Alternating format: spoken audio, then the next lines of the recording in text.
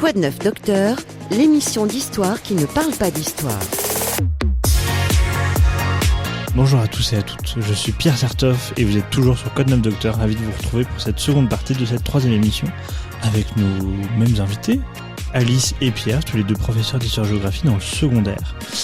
Comme annoncé au début du premier épisode, désormais nos émissions sont découpées en 2 morceaux et donc on se retrouve dès à présent pour la seconde partie. Avec moi il y a toujours Pierre Sueur. Comment ça va, Pierre ? Ça va, on était en train de parler de Jeanne d'Arc, donc ça va. Moi, et tu es satisfait de cette première partie ? Oui, tout à fait.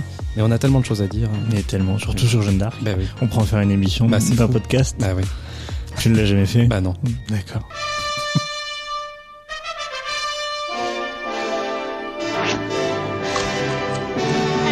Quoi de neuf, docteur ?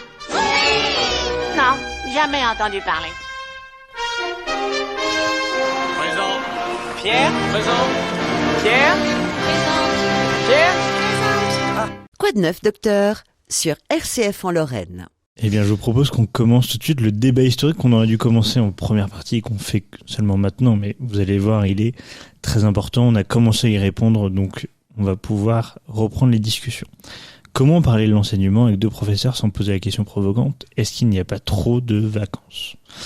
Plus sérieusement, le titre de l'émission étant « Est-ce que c'est pas toujours la faute des professeurs ?» On peut se demander si l'école n'a pas toujours tort. En tout cas, c'est ce que vont dire les plateaux télé, les éditorialistes qui vont dire souvent c'est la faute des profs, c'est la faute de l'école. On parlait de la finance tout à l'heure. Du coup, ce serait à l'école d'apprendre les impôts, d'apprendre à faire à manger, d'apprendre à conduire, etc., etc. Et du coup, les sondages le reflètent. Un sondage de décembre 2018 indiquait que 43% des Français n'auraient pas confiance dans le système éducatif. En 2025, l'Ipsos indique que 55% des Français considèrent que la qualité du système éducatif est mauvaise. C'était mieux avant. C'était mieux avant.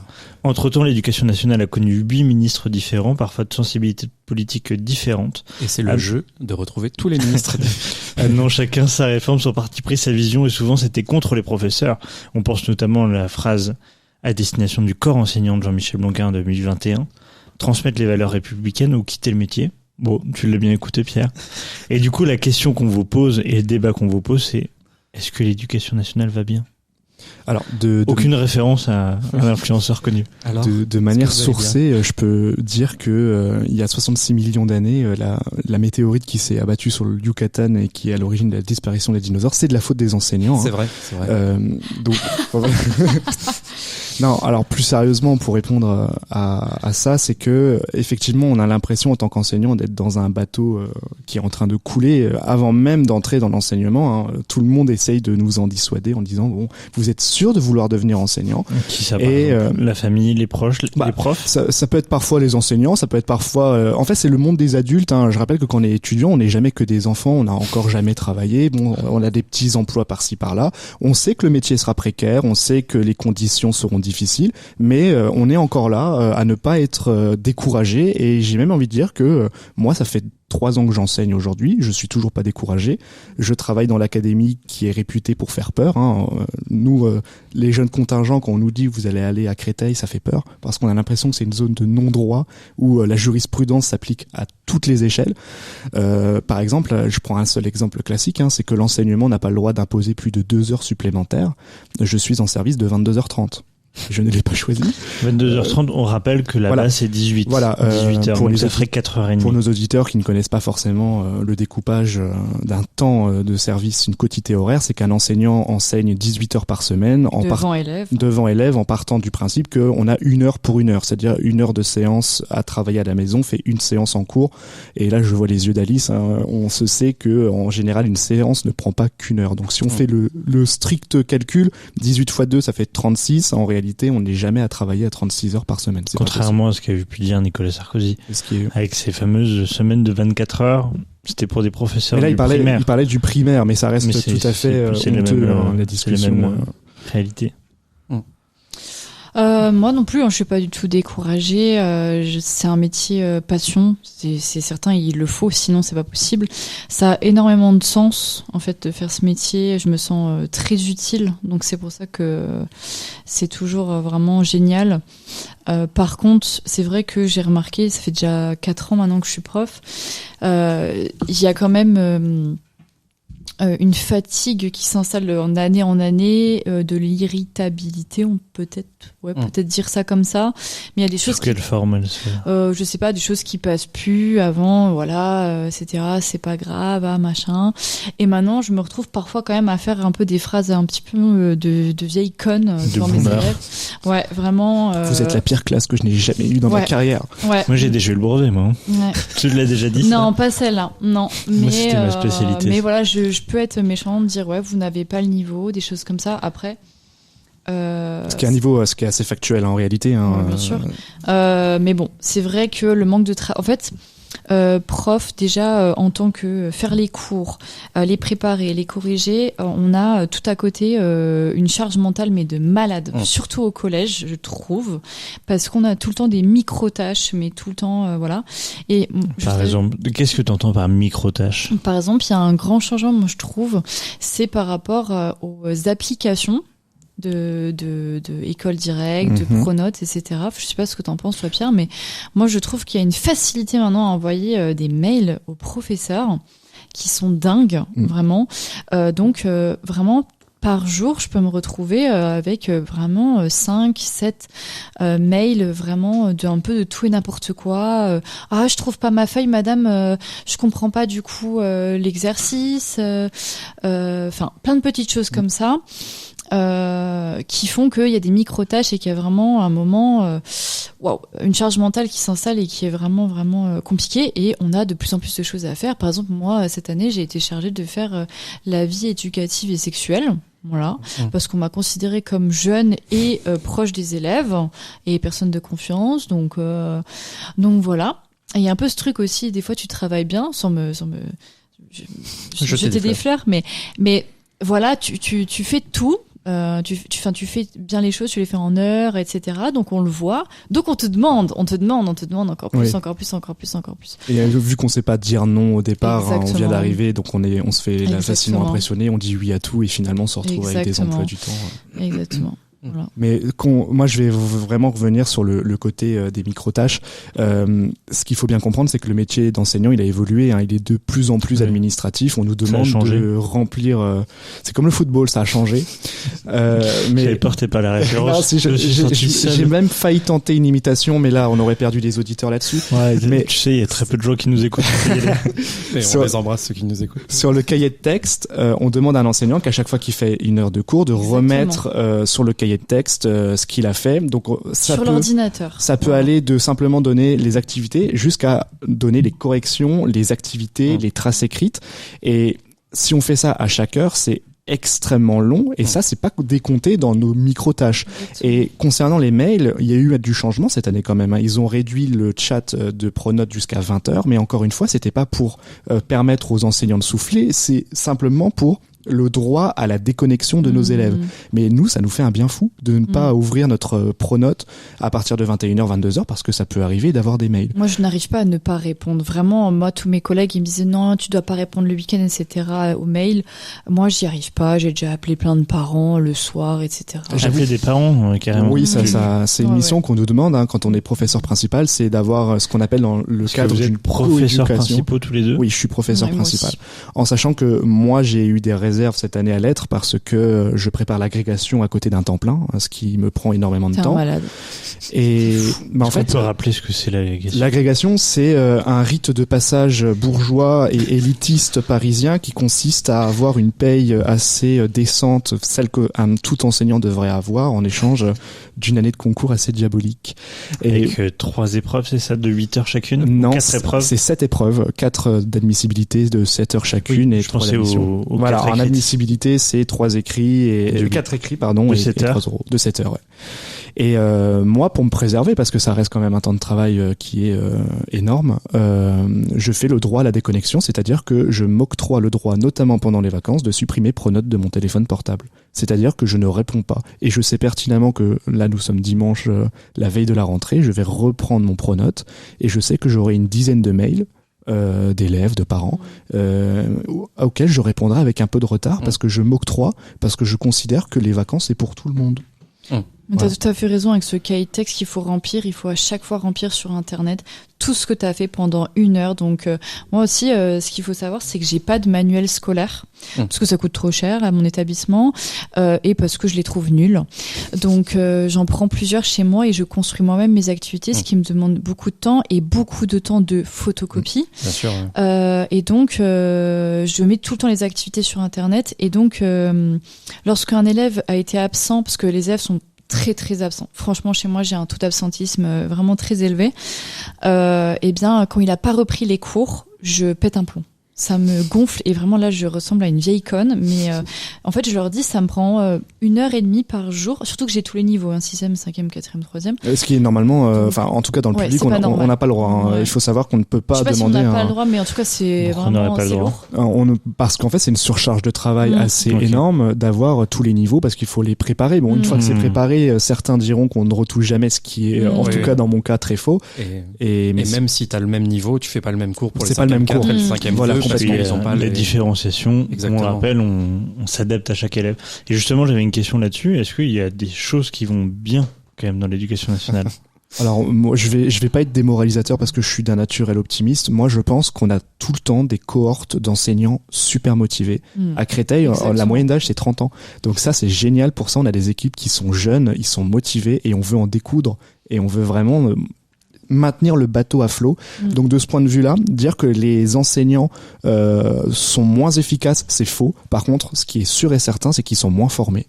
On a vraiment des lacunes chez certains enseignants. C'est pas qu'ils sont moins formés, mais je pense qu'il y a tellement de demandes et tellement de menaces aujourd'hui qui augmentent que en fait pouvoir tout faire, c'est très très très compliqué. Ouais, mais aussi en fait avec le fait que il y a une réticence à passer les concours parce que je rappelle, c'est quand même un concours de catégorie A qui est rémunéré avec un point d'indice qui est gelé depuis plus de 40 ans. En fait, on a des enseignants qui sont contractuels et qui pour beaucoup n'ont pas un savoir disciplinaire. Moi, typiquement, j'ai un professeur de maths avec qui je partage le couloir qui ne veut pas prendre de 3e parce qu'il sait qu'il ne serait pas capable de tenir la cadence d'un enseignement de 3e. Donc on a ces difficultés-là qui sont assez factuelles quand même. Moi, ils sont un petit peu plus vieux, mes collègues, mais par contre, ils restent toujours dans une âme un peu... Des fois, avec mes collègues femmes, on est vraiment des gamines, quoi. On fait des projets sur la mythologie, des choses comme ça, et on est folles, on est super contentes. Et il y a quand même des choses qui vont bien. Moi, je trouve, en tout cas, si c'est dans mon établissement, on prend à cœur énormément l'orientation, la découverte des métiers, etc. Les élèves sont très accompagnés pour ça. Et ça, je trouve ça... C'est obligatoire dès la 5e. Hein. Avant que c'était en 3e, maintenant c'est dès la 5e. On a un accompagnement vers l'orientation. Donc le système, globalement, est-ce que, pour répondre à la question, ça va bien, ça va pas bien, c'est compliqué? Si on mettait une note de 1 à 10. Je dirais que c'est le vieil homme malade de notre République française. C'est un... mais t'as des vieils hommes malades partout dans notre République française. T'as des hôpitaux. C'est vrai, mais bon, encore... J'ai cru que t'allais nommer des gens. J'ai eu peur aussi pour un moment. Je me dis, l'éducation nationale, c'est quand même historiquement le premier budget de France, normalement. Enfin, maintenant, c'est le ministère qui a le plus de salariés d'Europe. Voilà, je crois, en combien d'enseignants? Je crois que c'est 850 000, je crois. C'est autour de 1 million, voilà. 1,1 million de personnel de l'éducation nationale, voilà. Et donc 800 000 enseignants. On ne sait pas les compter, je crois. Je crois qu'il y en a tellement que... Alors, je vais paraphraser mon ancien directeur de recherche, Jean-Luc Gamal, qui disait il faut dégraisser le mammouth. Il aimait beaucoup cette expression qu'il l'a répétée sans arrêt. Mais l'éducation nationale, on a vraiment l'impression qu'il faut se séparer des personnalités les plus importantes, les enseignants, alors qu'on retrouve aussi des fonctions qui existent, mais qui ne sont pas vraiment là. Je prends dans mon collège, on est supposé avoir des médecines scolaires, des conseillers d'orientation, des psychologues, des assistantes pédagogiques, des psy-EN. En fait, ces gens-là, on ne les retrouve pas. Justement, dans les chiffres que je voulais donner dans l'introduction du débat, la deuxième partie, mais comme on n'a pas fait la première partie, il y avait ce chiffre de 50 000 élèves en situation de handicap qui n'ont pas été en capacité d'être accompagnés depuis la rentrée, qui paraît effarant. 50 000, c'est la ville d'Épinal. En même temps, le métier de AESH, donc c'est accompagnant d'élèves en situation de handicap. Voilà.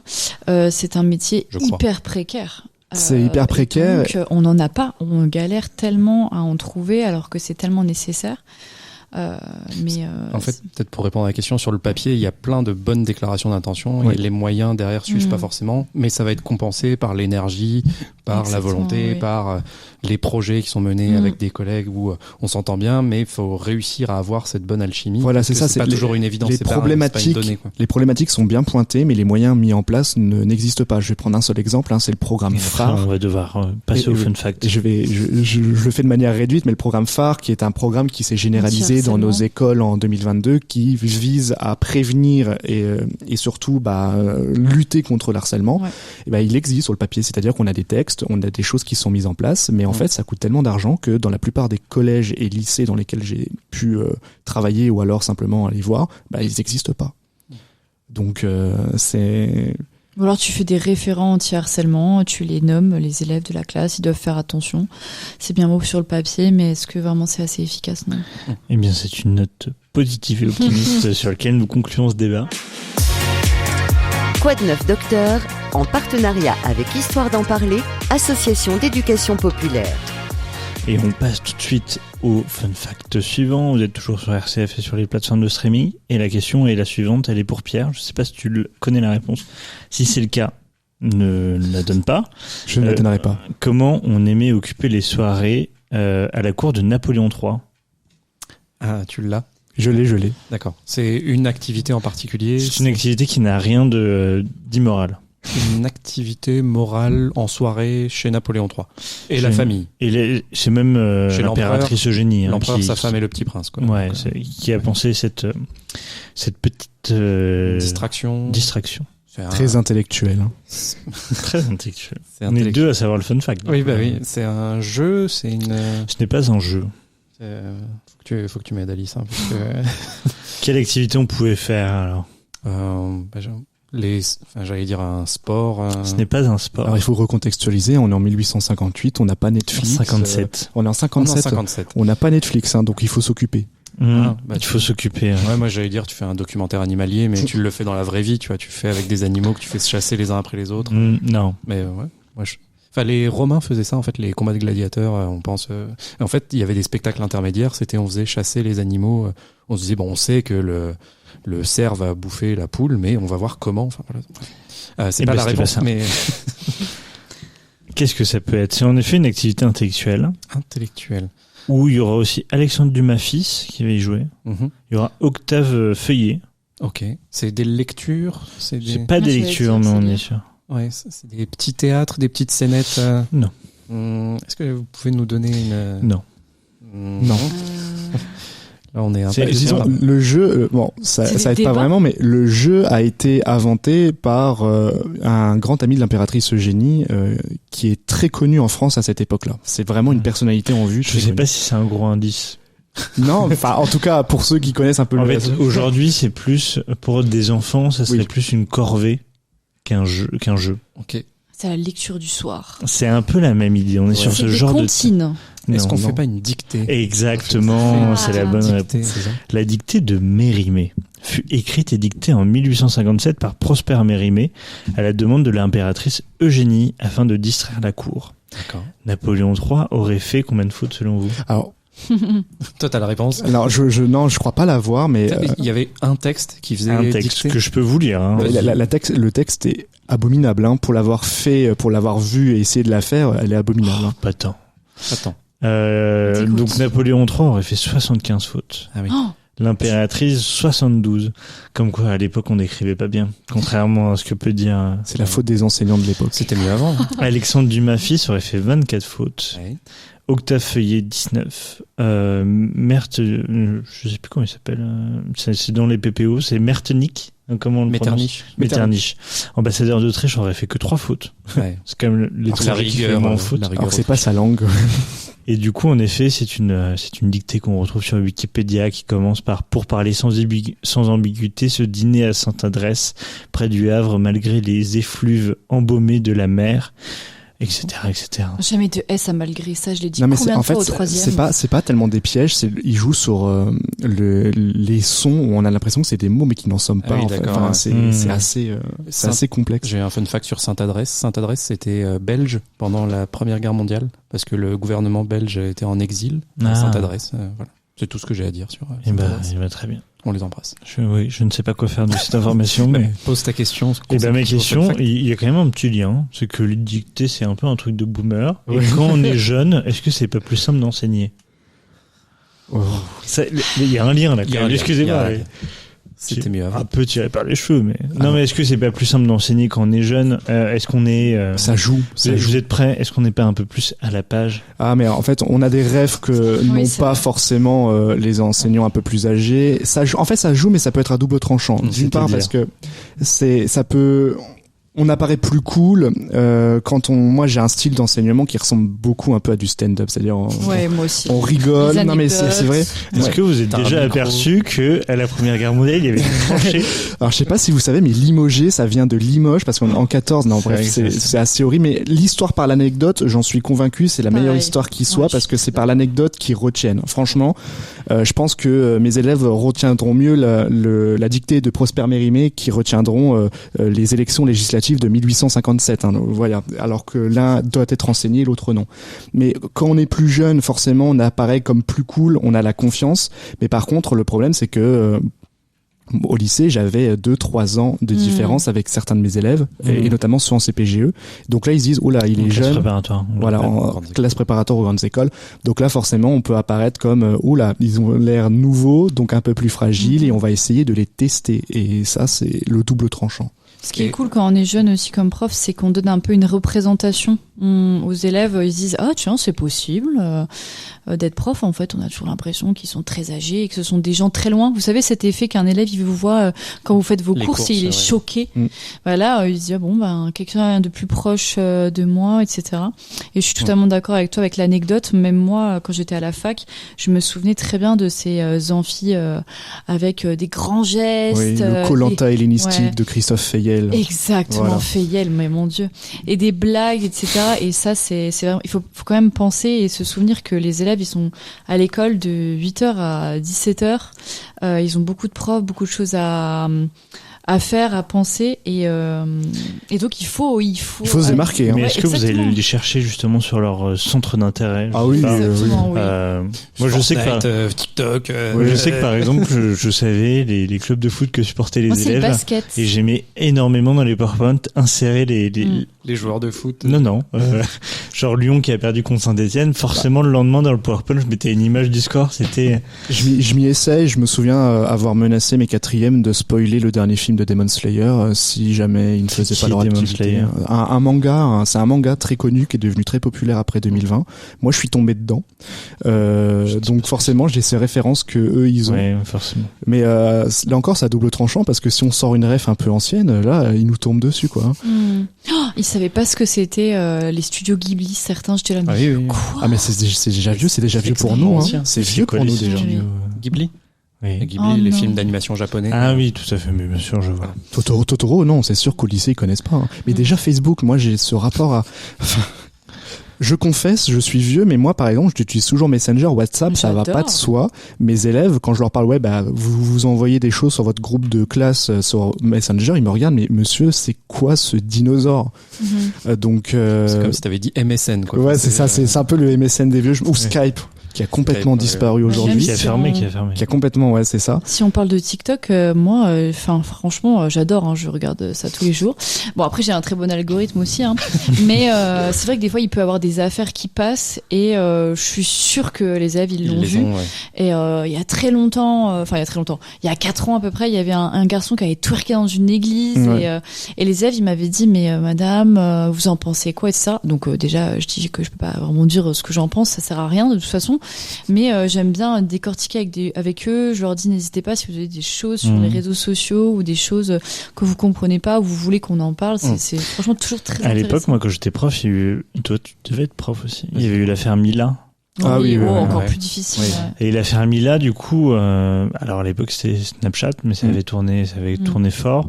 Et en effet, il m'avait parlé de ça, et en fait, c'était complexe parce que c'était un débat qui est. C'est toujours complexe de toute façon. Non, mais qui est un débat qui est sur la laïcité, sur la liberté le contexte, c'est quoi déjà pour nos auditeurs? Il me semble, elle se filme dans une église, c'est ça? Non, je filme sur Snap en disant que les religions et notamment la religion musulmane, c'est Ah non, c'est encore une Avec autre des mots personne très, qui s'était très filmée dans une église, je me souviens. Oui, qui avait twerké dans une église. Ah, c'est celui-là dont tu parlais. Ah, d'accord, ok. Et du coup, Mila, depuis, est devenue un symbole de l'extrême droite, mais à la base, c'était une gamine qui était paumée, quoi. Et du coup, c'était important de redire aux élèves, vous voyez, en fait, vous pouvez faire un truc où elle avait fait peut-être sur le coup de l'émotion, peut-être qu'il y avait un fond d'idéologie de sa part, mais enfin, il y avait un truc de, tu peux le faire tranquille dans ta chambre et que ça a une répercussion nationale. C'était quand même... En fait, ça touchait à des personne, questions quoi. identitaires assez profondes. Il y avait des éléments de harcèlement aussi qui étaient très forts. Et en fait, c'est des thématiques sur lesquelles les élèves, les jeunes sont très sensibles. Et donc, nous, quand on connaît pas du tout l'affaire, on se retrouve à se dire, je ne connais pas du tout les références, j'ai pas du tout attendez, faut juste que je me renseigne, que je regarde un petit peu, et je peux pas vous dire là spontanément ce que j'en pense. Enfin, c'est un peu ce que tu disais, Alice, quoi. Tu vois, j'ai mon opinion peut-être sur le fait, mais en même temps, de ce que vous connaissez, en fait, les sources d'information sont pas les mêmes, parce que nous, on va dire en tant qu'adultes, on essaye de croiser les sources, de trouver oui, ça vient de là, c'est pour ça que c'est repris, mais les élèves vont voir un truc qui va popper, qui va être une vidéo virale. Enfin, oui, puis et maintenant la recherche de la source, elle est de plus en plus difficile. Dès lors que ChatGPT commence là, ça a un vrai débat aussi, ce sujet-là. Mais ChatGPT maintenant, c'est plus une béquille, c'est devenu Internet maintenant. Quand on pense à Internet, on pense à ChatGPT. Ouais, ça a remplacé Google. Ouais, c'est ça. Après, la ChatGPT, contrairement à Google, il faut simplement lui dire c'est quoi ta source. Ouais. Alors que Google, il y avait cet effet. Moi, je me souviens quand on était jeune. Attendez, vous pouvez pas faire lire sur Wikipédia. Sachant que depuis, j'ai remarqué que je suis une référence sur 3 articles sur Wikipédia. Je tiens à vous le dire, je pose ça là. Bravo. Merci. J'ai remarqué ça et j'ai une petite larme qui a coulé. Sur l'histoire du Liban, c'est vraiment la page officielle du Liban. Ah non, c'est sur le mandat, sur Henri Gouraud et sur je sais plus qui, mais en tout cas, j'ai 3 en concurrence avec une autre historienne de Metz dont je ne citerai pas le nom. Ah, d'accord. Je vois. Bref. Et qu'est-ce que je voulais dire ? Non, mais du coup, en fait, il y avait ce truc avec Google, on pouvait pas vérifier la source. Oui. ChatGPT, tu lui dis c'est quoi ta source ? Oui. Il te dit j'ai pas de source. Il a une honnêteté pour dire pas de source. Tu vois, le fait de demander c'est quoi ta source, c'est déjà une démarche. Oui, mais c'est plus simple. Mais c'est plus simple que qu'on devait faire à la base sur Google, de dire il faut 3-4 articles qui disent la même chose. En classe, le combat ChatGPT, c'est un de mes grands combats. Moi, je suis honnête, je leur autorise à utiliser ChatGPT parce que je trouvais ça bête quand j'étais élève qu'on m'interdise d'utiliser Wikipédia sous prétexte que c'était contributif et que participatif et que il y avait des bêtises. En réalité, Wikipédia, oui, il y a des bêtises, mais il y a aussi énormément de bonnes choses à faire.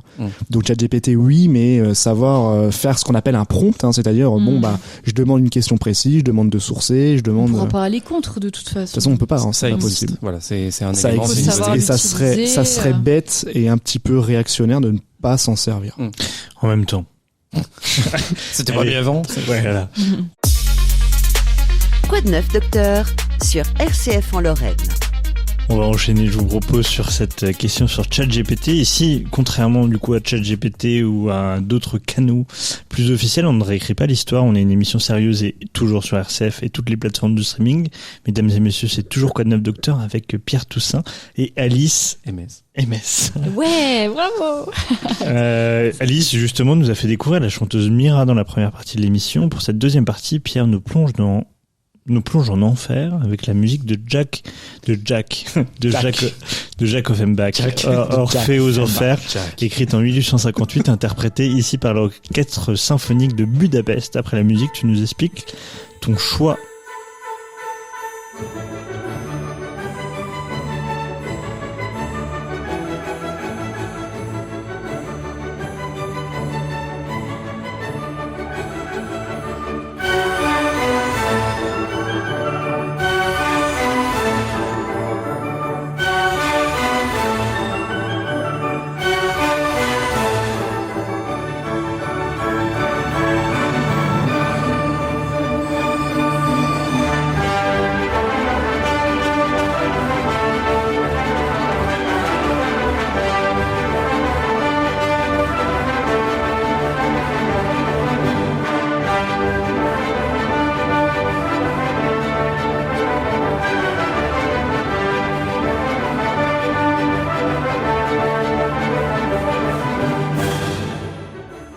Très joyeux, comme très énergique.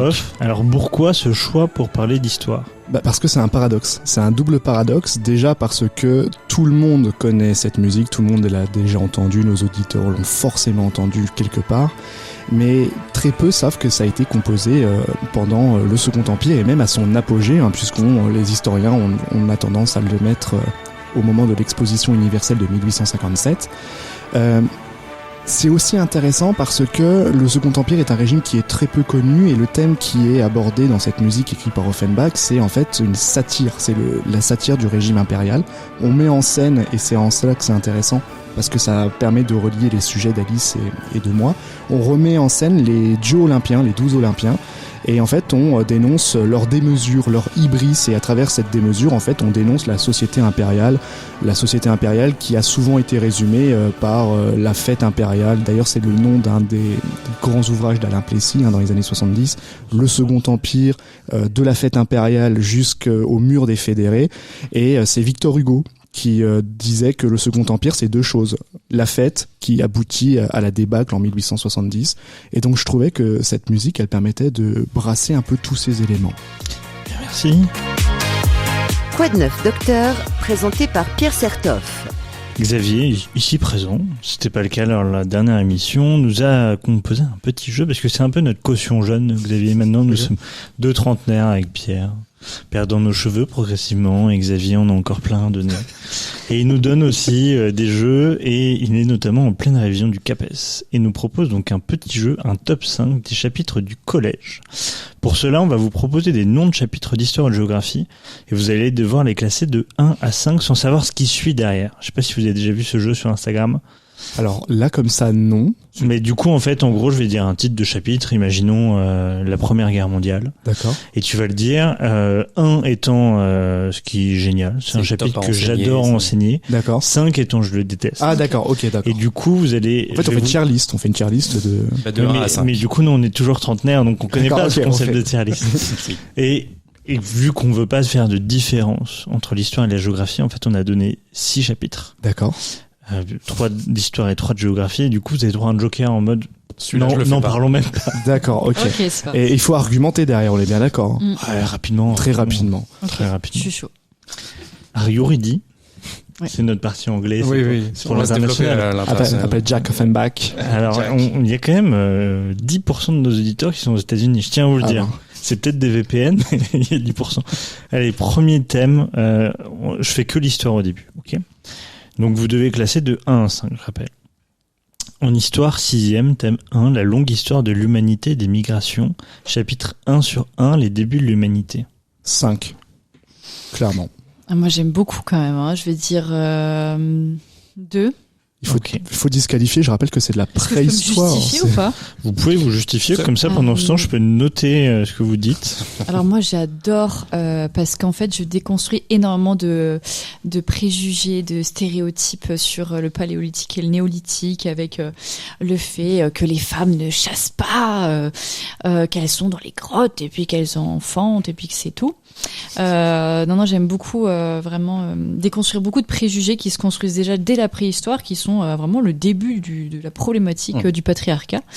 Et donc vraiment j'adore ce chapitre, et vraiment j'adore avoir les petits yeux émerveillés des 6e. Puis j'adore également déconstruire cette image, vous savez, du chimpanzé qui a 4 pattes, et puis d'un coup il devient un homme en grandissant là. J'adore, je leur dis, vous voyez cette image, elle est fausse. Et là ils sont là, mais oui, mais c'est vrai, elle est fausse, les chimpanzés existent. J'ai dit, mais les chimpanzés, oui, ils existent toujours, et c'est pas des fainéants qui se sont dit, oh non, moi je reste à 4 pattes, j'ai pas envie d'être de 2 pieds. Non, j'aime bien ce chapitre. Eh bien, je vous propose un nouveau chapitre de géographie. 4e, thème 3, chapitre 1, mer et océan, un monde maritimisé. J'ai déjà le titre. Là, en fait, encore une fois... Vous avez droit à un joker, je le rappelle. Hein. Non, mais je dirais 3, mais 3 parce que c'est pas toujours pertinent. D'ailleurs, ce chapitre-là, on le fait rarement en fin d'année. Il y en a beaucoup qui commencent le programme de géographie de 4e avec ce chapitre, tout simplement parce que ça nous permet de remettre des repères spatiaux. Maintenant, je trouve que le problème de la géographie au collège, c'est qu'elle est jamais très à jour. Là, je rappelle que le titre du chapitre, qui semble très complexe, c'est pour vous faire dire les différences entre des mers et des océans, et vous parler de la conteneurisation des échanges mondiaux. Ouais, mais mais t'as quand même aussi beaucoup de choses sur Tu le le mets dérèglement. combien, toi, Alice? Allez, 4, parce que t'as quand même beaucoup le dérèglement climatique. Je trouve ça très intéressant avec le 7e continent, des plastiques. T'as aussi l'Arctique, donc voilà, montrer que ça va être un lieu où il va y avoir de nouvelles voies maritimes. Les élèves sont assez choqués quand ils se rendent compte de ça. Je trouve ça. Bien, je vous propose qu'on continue. T'as donné un chiffre Oui, oui. Moi, j'ai mis 3. 3. Ok. Donc pour l'instant, Alice a mis 4, 2 et 4 et Pierre 3 et 5. Thème d'histoire 4e, thème 2, l'Europe et le monde au 19e siècle, chapitre 1, l'Europe et la révolution industrielle. Alors, moi, je suis biaisé parce que je suis 19e, mais c'est évidemment un grand 1. Pour tous les thèmes qu'on aborde, parce que là tu parlais par exemple de l'idée de l'importance des femmes dans l'histoire. Moi c'est vraiment dans ce chapitre-là où j'insiste. D'ailleurs, l'association Mnemosyne, on avait vraiment milité pour remettre au moins dans le BO que c'est le travail des hommes et des femmes. Et moi j'ai toute une étude de cas sur Sylvie Schweitzer qui disait les femmes ont toujours travaillé. J'adore. C'est vraiment un moment. Mais j'aimerais bien qu'il modifie l'intitulé du chapitre. On arrête de parler de révolution industrielle. Je vous en supplie. Moi je dis âge industriel. Je l'ai changé moi-même. Industrialisation, c'est très bien. C'est très... Et toi, tu le mets combien, Alice, alors J'aime beaucoup aussi. En plus, j'ai un grand-père qui était mineur à Frémin-Merlebach, Forbach. J'ai encore son casque de mineur chez moi. J'en suis très fière. Je dirais bien un bon 3. La place est libre. Je vérifiais juste. On est d'accord que 1 c'est très bien. C'est top. D'accord. Oui, c'est bon. On reprend la géographie. 4e toujours, thème 3, chapitre 2, l'adaptation du territoire des États-Unis aux nouvelles conditions de la mondialisation. Alors en fait, si on... Vous avez le droit à un Je vais joker. être honnête. On est honnête tous les deux. Voilà, Joker, on l'a jamais fait. Personne n'a fait ce chapitre, au moins, c'est pas possible. Non, c'est pas Eh bien, je pense à L'adaptation du territoire des États-Unis à la mondialisation. Oui, tout à fait. C'était pas, je pense que c'est l'adaptation de la Côte du Soleil qu'on avait fait en terminale à l'époque, programme avant 2016, mais je n'ai jamais vu un enseignant faire ce chapitre de sa vie. C'est impossible. Il y C'est a pas tellement de possible. choses à faire en 4e. À l'ère de Trump, finalement. Alors, Est-ce qu'on n'a pas des choses à apprendre aux États-Unis? Allez, chapitre suivant, 3e, c'est le dernier d'histoire. 3e, thème 3, chapitre 2, la 5e République de la République gaulienne à l'alternance et à la cohabitation. Cohabitation qu'on connaît bien en ce moment. Bien sûr. Encore une fois, Moi, c'est je vais le mettre en 5e. Ouais, mais en fait, c'est un sujet qui est intéressant, mais encore une fois, on est à la fin de l'année, le brevet doit être bouclé, les révisions doivent... Et on sait très bien que si ce sujet tombe au brevet, en général, c'est assez casse-gueule. C'est très difficile pour eux. Après, j'aime bien l'aborder avec eux parce que j'aime bien ce moment de séparation entre les jeunes et De Gaulle, où il y a vraiment la liberté des mœurs, avec la sexualité, les filles et les garçons qui ont envie de se mélanger. J'aime bien parler de ça avec eux. Pareil, ça les intéresse. C'est fin d'année, quoi. Enfin, vraiment, nous, on raisonne en termes de programmation, c'est fin d'année. Et polycopier. Ouais, c'est ça. C'est un peu les schémas qu'on donne en géographie. Photos, au tableau, on en parle comme ça, et puis on recopie, et puis c'est tout, quoi. Puis en général, on a perdu beaucoup trop de temps à parler de la guerre froide et de la décolonisation, parce que ça nous intéresse souvent un peu plus. Enfin, en tout cas, de mon côté. La Première Guerre mondiale, surtout. La première chapitre qui commence la 3e, là. Ouais, mais le problème, c'est que la Première Guerre mondiale, mi-septembre, faut que ce soit terminé, parce que sinon, on a déjà pris du retard. Donc, Alors, Alice, tu l'as mis 5. Ouais. Si je me trompe pas. Pierre, tu le mets combien? Sachant que 5 est occupé, je rappelle, Pierre, 5, 1 et 3 sont occupés. Si je suis cohérent, je mettrais 2 pour les thèmes abordés, mais pour sa place dans l'année, c'est assez catastrophique. Et du coup, dernier chapitre, normalement, toutes les places sont occupées, donc vous allez devoir subir cette place. Géographie, thème 1.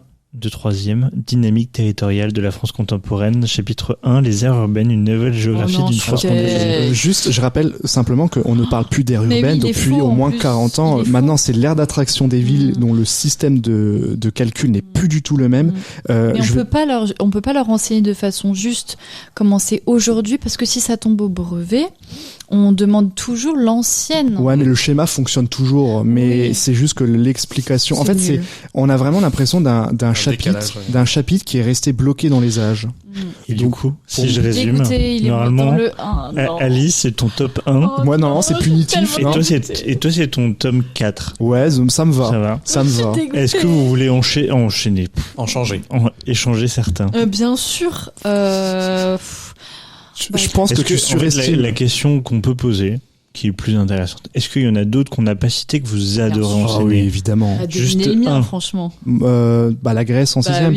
Oui, tu sais que tu incarnes le côté grec, j'incarne le côté romain. Pour moi, le programme de 6e sur le mythe et l'histoire, je le trouve d'autant plus pertinent que c'est le seul chapitre en 6e où en fait on fait un travail d'historien. On parle Fait de des sources, l'historiographie, ouais. on parle des sources et c'est génial. C'est super. Et même si le niveau de 6e n'est pas mon préféré, je suis vraiment monsieur 4e, moi j'adore. On s'appelle comme ça justement. C'est monsieur, mais moi je suis monsieur 4e et monsieur première parce Monsieur que 4e est absent aujourd'hui, oui, tout à fait. non mais C'est je hilarant. rigole pas, mais au lycée personne ne veut enseigner le 19e siècle et Ça n'existe pas. c'était limite si on me demandait pas Tu veux pas faire tu mon veux pas cours, prendre les premières. Moi j'aime pas les terminales, j'aime pas le 20e siècle par exemple, mais mon chapitre préféré ça reste en 6e, le chapitre J'adore sur aussi. mythe et histoire Rome, c'est incroyable. J'adore. Alors moi qui suis un vieux crouton, parce que j'ai 30 ans maintenant, Oui.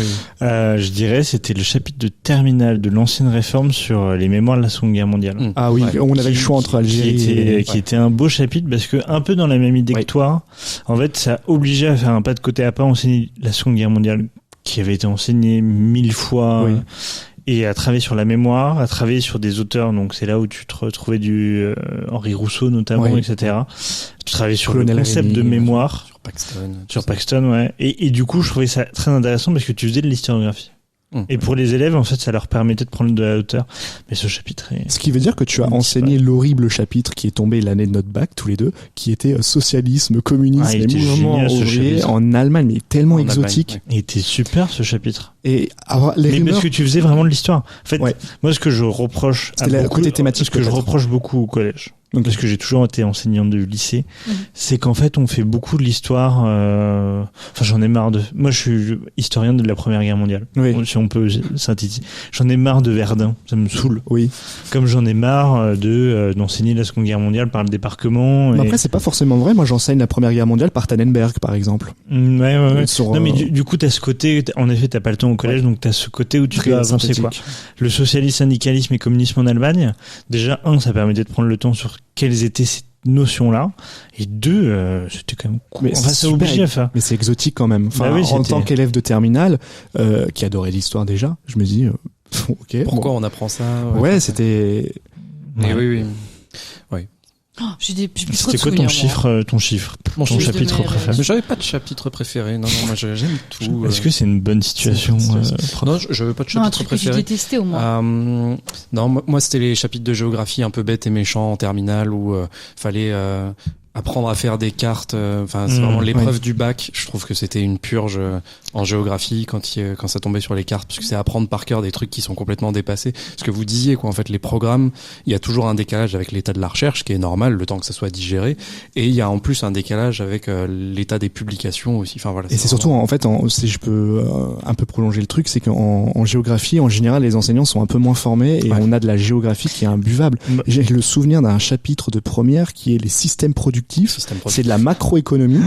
J'ai assisté Ça à un date. cours de mon tuteur à l'époque où j'étais stagiaire, où en fait c'était imbuvable. Ouais, mais parce que je crois qu'il y avait une stat qui disait que 75% des profs d'histoire géo sont des historiens. Bah oui, mais Et très peu sont des géographes, et c'est comme Après, si t'avais des... attention, maintenant, quand on passe le CAPES, on nous demande vraiment d'être.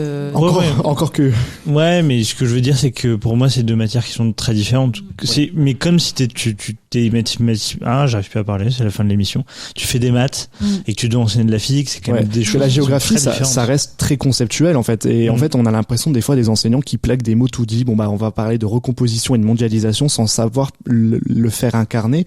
Et en fait, on oublie qu'on a des élèves qui ont entre 11 et 17 ans. Et en fait, ils en ont parfois rien à faire du système productif. Et il faut les attraper avec la chaîne de Barbie, Des Primark, choses des autour trucs comme ça, quoi. d'eux, en fait. Ouais, des trucs qui les territoires concernent. autour d'eux. Eh bien, moi, je vous propose de vous attraper avec une autre question, qui est le dernier fun fact. Qu'est-ce que la pratique médicale qui se nomme l'uroscopie? Uro, ça parle autour des systèmes génitaux. On est autour de ça. Je ne sais pas. Scopie, c'est l'analyse. peux répéter le mot Qu'est-ce que c'est l'uroscopie? C'est quoi l'uroscopie? C'était une pratique médicale qui se faisait beaucoup au Moyen-Âge, qui se fait plus C'est maintenant. l'urine, voir le contenu de l'urine pour essayer d'y déceler quelque chose. Observer l'intérieur Ah, il a de. trouvé. Ah là là, C'est qu'est-ce ça qu'ils sont forts. Mais en fait, Pierre est agaçant parce que Pardon. ce Pierre-là, mais du coup, le duo fait que ça fait un truc très agaçant. Pardon. C'est que lui, il fait tout l'étymologie du mot. Et toi, derrière, tu transformes l'essai. C'est Le côté pratique médiéval. Du coup, l'uroscopie est une pratique historique médicale consistant initialement en l'examen visuel de l'urine qui permet de diagnostiquer les symptômes des maladies. Je vous ai dit que l'ambiance était très pipi caca. Et ça allait jusqu'à goûter l'urine. C'est super. Est-ce que ça rentre pas en lien avec la théorie des humeurs, enfin l'idée que on a ces choses dans notre corps un peu impures qu'il faut vider. Les liquides, les saignées sang, en fait. L'urine, que tu... Oui, je pense que c'est complètement là-dedans. Et donc, c'est tout.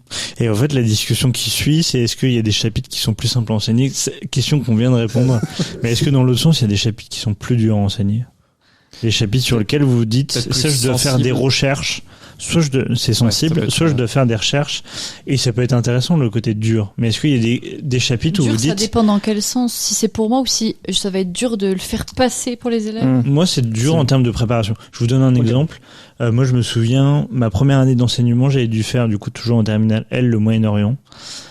Et pour moi, c'était quelque chose qui, pourtant, c'est mon domaine de recherche, qui est souvent mal enseigné et très technique. Et du coup, c'était dur d'essayer de le rendre intelligible. Voilà.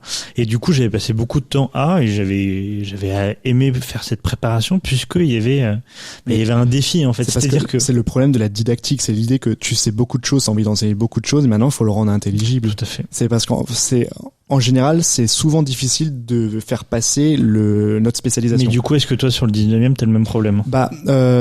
Moi, j'ai eu cette difficulté sur la Deuxième République parce qu'en première, il est super mal mis, ce chapitre. Enfin, il est entre deux choses. Avec le PPO, là, sur Lamartine. Un passage obligatoire. Ouais, voilà. Donc, un PPO, c'est simplement, il faut parler absolument d'un certain événement. C'est pas toujours pertinent. Là, Lamartine, ça ne l'est pas. Comme parler d'Edgar Quinet pour les conscrits du Second Empire. Bon, bref. C'était difficile de rendre ça didactique, mais c'est parce qu'en fait, c'est de l'histoire politique et événementielle, et ça, les élèves, ils ont parfois tendance à être un peu plus, moins réceptifs qu'à une histoire plus sociale, j'ai l'impression. Est-ce que toi, Alice, t'as un Au chapitre? collège, tous les thèmes, on va dire, en histoire et en géographie, pour un prof, c'est très, très, très simple, mais par contre, pour les élèves, ce qui est très difficile, je trouve, c'est la Révolution française, parce qu'il y a trop de choses, il y a trop d'événements. Puis si tu en oublies un, celui d'après, il y a aucune cohérence. Enfin, c'est très compliqué. Et en troisième, je ne sais pas pourquoi, mais ils ont énormément de mal avec le chapitre sur les États totalitaires, puisque dedans, il y a l'Allemagne, plus le RSS, plus la France, et il y a des confusions pas possibles. Hitler et Léon Blum, avec leurs réformes de la semaine de 40 heures, ils font des confusions énormes. Je sais pas pourquoi. C'est lié, je pense, à la cadence aussi. C'est le fait que les chapitres ils s'enchaînent à une vitesse assez improbable. Peut-être, ouais. Mais voilà, c'est ces deux-là qui me viennent en tête qui sont difficiles pour eux. Pierre, est-ce que tu as un souvenir? Ouais, non, mais c'est pareil, c'est en fait des notions qui sont tellement aujourd'hui remises en question. Typiquement, totalitarisme dans la recherche actuelle, c'est beaucoup mis de côté en disant c'est un concept qui permet plus de confusion que de compréhension de la période. Et donc du coup, tu te retrouves à devoir expliquer des choses où tu sais que c'est plus compliqué que ça, que c'est plus, qu'il faut vraiment nuancer. Et donc voilà, on se retrouve vraiment à toujours marcher sur des œufs en se disant bon, je sais que je devrais pas dire ça, mais je vais le dire parce qu'il faut aller au plus simple, au plus vite, avec le tableau de comparaison des totalitarismes. Alors, il y a des méchants dictateurs, il y a un méchant parti unique, et ils ont un État très fort. Alors qu'en fait, non, les nazis n'avaient pas du tout cette pratique de l'État, etc. Est-ce que tu as lu Le Monde nazi de Johann Chapoutot, par exemple? Évidemment, je vous le recommande, comme chaque semaine de Quoi de neuf, ça, des fois, on est presque à arriver à de la vulgarisation. En fait. Et c'est même parfois de la contre-vérité, parce que là, dans ce chapitre-là sur les totalitarismes, on enseigne carrément que la France de Vichy est un totalitarisme, alors que cette idée n'a jamais été vraie. Donc, des fois, on est dans... Imagine l'histoire au primaire, quoi. Ouais, non, mais c'est... La Révolution française en primaire, ça doit être une catastrophe. Mais il y a des chapitres qui gagneraient à être supprimés. Byzance en 5e, faut arrêter parce que vraiment, c'est trop exotique et souvent, en fait, il faut tellement simplifier qu'on en vient à tout confondre. D'autant plus qu'on doit enseigner Charlemagne et Justinien, qui ne sont pas du tout à la même époque. Donc ça n'a rien à voir. Quoi de neuf, docteur, sur RCF en Lorraine? Et puis je vous propose qu'on s'arrête sur les chapitres et qu'on revient un peu sur la thèse, puisque la dernière année de thèse est souvent en tunnel. On sait quand on rentre, mais on ne sait pas trop quand on en sort. Entre marathon et sprint final, Marin Manzin, qui va être invité tout le long de l'année dans cette rubrique qui s'appelle tout simplement Comment va Marin, nous partage sa vie de jeune chercheur en dernière année de thèse, et pour cette nouvelle émission, il va nous parler des professeurs qui l'ont marqué durant sa scolarité. Messieurs et mesdames et messieurs, la parole est à Marin Manz. Bonjour Pierre, j'espère que tu vas bien ainsi que toute l'équipe. Merci pour cette nouvelle carte postale du doctorant en fin de course. J'aime particulièrement le sujet que tu me proposes aujourd'hui. Des profs du secondaire ont-ils eu une influence sur la période de spécialité que je me suis choisi ? Alors je dirais que oui et non. J'ai eu 4 professeurs d'histoire géo au collège et au lycée, et j'en profite pour leur rendre un hommage appuyé. David Sage en 6e et en 4e, Christian Wagner en 5e et en 3e au collège Fixari à Liffol, et Solène Rado en seconde et Élise Collignon jusqu'à la terminale ensuite au lycée Pierre et Marie Curie de Neufchâteau. Et alors chacun à sa façon, d'abord a accompagné ma passion pour l'histoire, l'a renforcée et m'a permis d'avancer vers mon choix de spécialité. Bon, disons les choses, au collège déjà, j'étais tombé dans la marmite de la potion Napoléon, donc il ne fallait plus grand chose pour me convaincre, mais tout de même. Monsieur Sage a été le premier en 4e à m'offrir ma classe comme public en me proposant de faire mon premier exposé sur Napoléon. J'oublierai jamais, j'avais étalé une série de dates fondatrices et j'avais raconté Arcole, Brumaire, Le Sacre, Austerlitz, Waterloo, à la façon d'un gamin de 13 ans qui n'a pas le recul d'un historien et qui est fasciné par les images de Napoléon, c'est-à-dire par le mythe en fait, sans le savoir. Donc Monsieur Sage, lui, il a aidé d'autant plus qu'il était militaire de réserve, et lui aussi attiré par la chose napoléonienne. Et puis la 4e avait été une année assez douloureuse pour moi, parce que j'avais perdu ma mère à ce moment-là, et il m'a permis, ce prof, de garder la tête hors de l'eau. Il m'a offert une sorte de salut par l'histoire, et je lui dois beaucoup. Et d'ailleurs, on a gardé depuis de très forts liens d'amitié. Mon autre prof de collège, Monsieur Wagner, lui m'a influencé différemment. Ce prof, il avait fait ses études à la Sorbonne, à Paris, et j'étais fasciné par sa façon de raconter l'histoire. Notamment, on avait fait un voyage à Verdun, c'était incroyable sa façon de raconter les choses, le quotidien de la bataille. Et surtout, il m'a appris plus tard qu'il avait eu Jean Tullard comme professeur à la Sorbonne. Alors ça, pour moi, évidemment, c'est comme un curé de campagne devant le pape. Tullard comme prof. Et ça m'a fait marrer ensuite parce qu'il avait eu aussi comme camarade de promo un certain Éric Anceau. Et donc là, on voit que le monde napoléonien est quand même un petit peu une sorte de secte amusante où on gravite tous. Et puis enfin au lycée, rebelote avec Madame Rado. Napoléon était au programme de seconde à l'époque, mais en fin d'année donc, et personne n'avait jamais le temps de le traiter. Et donc elle m'a demandé de faire un exposé en fin d'année pour parler de Napoléon. C'était mieux que celui que j'avais fait en 4e, évidemment. Et puis cette prof géniale aussi, par sa façon de nous transmettre l'histoire qu'elle avait, elle m'avait trouvé surtout un surnom que mes amis m'ont longtemps conservé, et c'était Marin-Poléon. Et puis enfin Madame Collignon, alors elle a joué un rôle différent, surtout pour m'accompagner vers le choix de la fac d'histoire de Nancy, où elle était passée elle-même, et me rassurer. Elle me taquinait beaucoup avec ma passion pour Napoléon, et elle m'a appris à prendre du recul, à voir mieux les choses, à les voir différemment en historien, en devenir. Et elle m'a toujours beaucoup amusé, et elle continue de le faire, parce que elle aussi, comme les autres, avec elle aussi j'ai gardé un lien particulier, et à tous je leur rends sincèrement hommage. Et puis au collège, j'avais eu aussi un prof de français, Monsieur Leroy, qui m'a marqué, avec lequel aussi j'ai gardé de très forts liens. J'étais entré dans sa classe une fois, en 6e je crois, à la suite d'une classe de 3e qui nous avait précédé, et le tableau n'était pas encore effacé. Je regarde, je lis, et là, Chateaubriand. Monsieur Leroy leur avait enseigné un extrait des Mémoires d'Outre-Tombe qui parlait de Sainte-Hélène. Ça a été ma première rencontre avec Chateaubriand, que j'épouserai, si je puis dire, bien plus tard, et que j'essaye à mon tour de transmettre à mes étudiants aujourd'hui. Eh bien, merci Marin. Est-ce que vous avez des choses à redire très rapidement sur le propos de Marin ? Alors je trouve une capacité impressionnante à se souvenir du nom de tous ses enseignants. J'en serais incapable. Ouais, c'est vrai, mais c'est marrant. Il faut coucher sur le papier, tu vas se poser en disant alors attends, en 6e j'avais ça en histoire, ça. J'ai mon souvenir des professeurs de terminale et de première, oui, parce qu'ils m'ont un peu marqué, mais professeurs du collège, non, j'avoue. Ouais.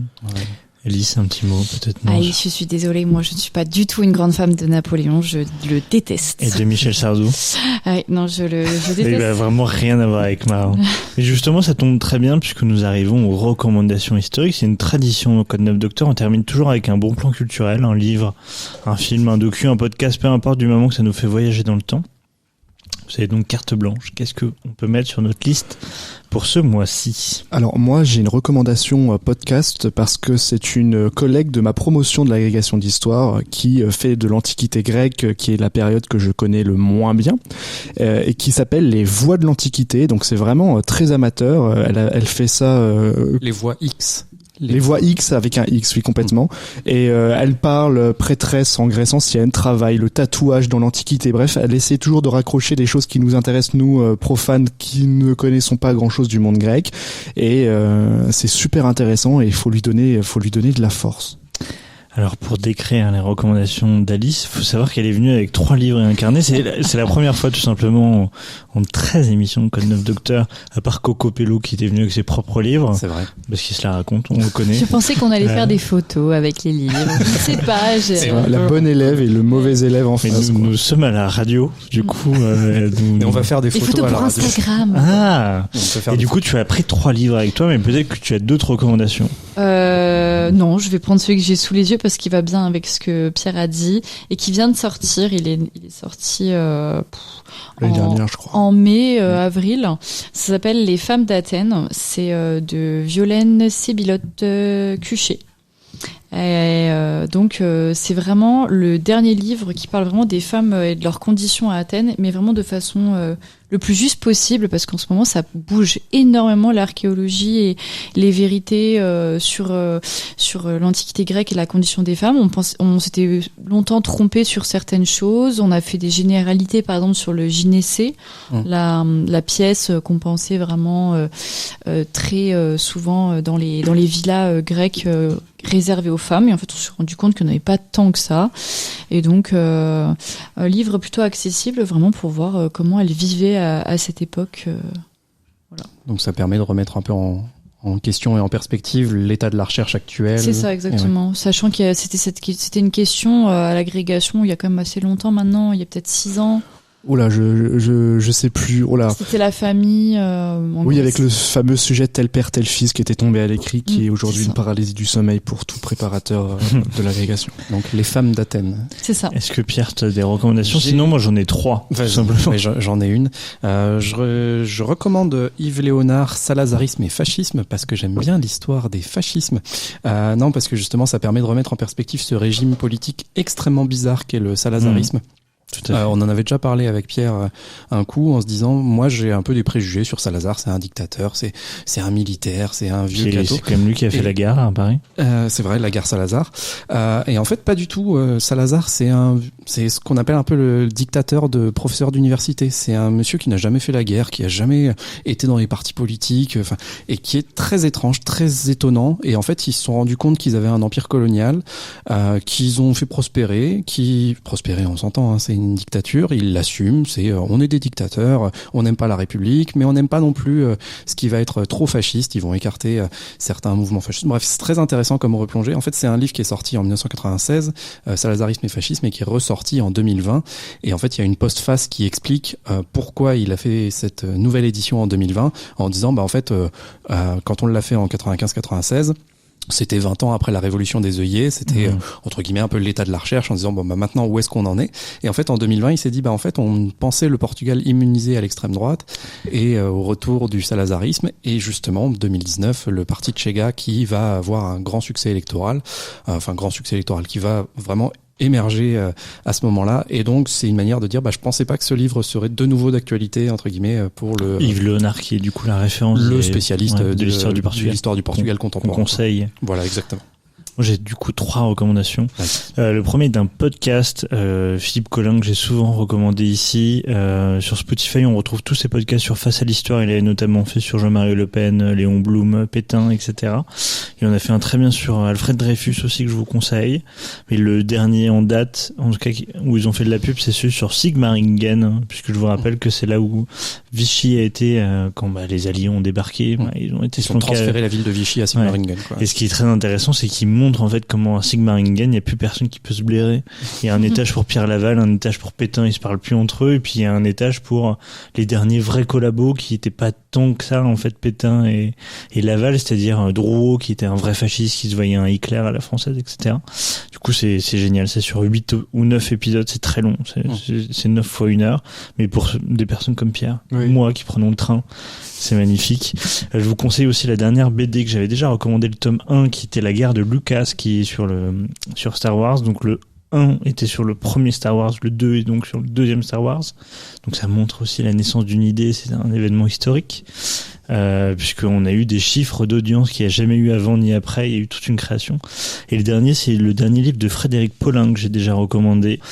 Frédéric Paulin qui a donc fait une trilogie sur la guerre du Liban, et on voit bien du coup que ce n'est pas qu'une guerre civile, c'est aussi une guerre régionale voire internationale entre la France et l'Iran, etc. Et du coup je trouve ça très bien. Est-ce que vous avez des dernières recommandations avant de partir? Abonnez-vous, histoire d'en parler. Suivez nos actualités, Quoi de neuf Docteur, nos actualités, nos événements sur Nancy, sur Épinal, sur Metz, sur Caen. Il va y avoir tellement de choses, c'est génial. Tout à fait. Eh bien, c'est déjà fini pour ce 3e épisode Quoi de neuf Docteur en compagnie d'Alice MS. Merci beaucoup. Et de Pierre Toussaint. Vous souhaite une belle année universitaire, une belle année scolaire, un beau début de thèse. Une belle réussite à l'agrégation surtout. Et un beau mois de novembre. Et puis, à bientôt. Joyeux Noël. À bientôt sur nos programmes d'Histoire d'en parler. Merci à Pierre pour l'écriture de l'émission, à Xavier aussi en tant que bénévole Fun Fact, ainsi qu'à Antoine à la régie au montage. On se retrouve en décembre avec Laurent Jalabert et Julien Léonard. Merci, au revoir.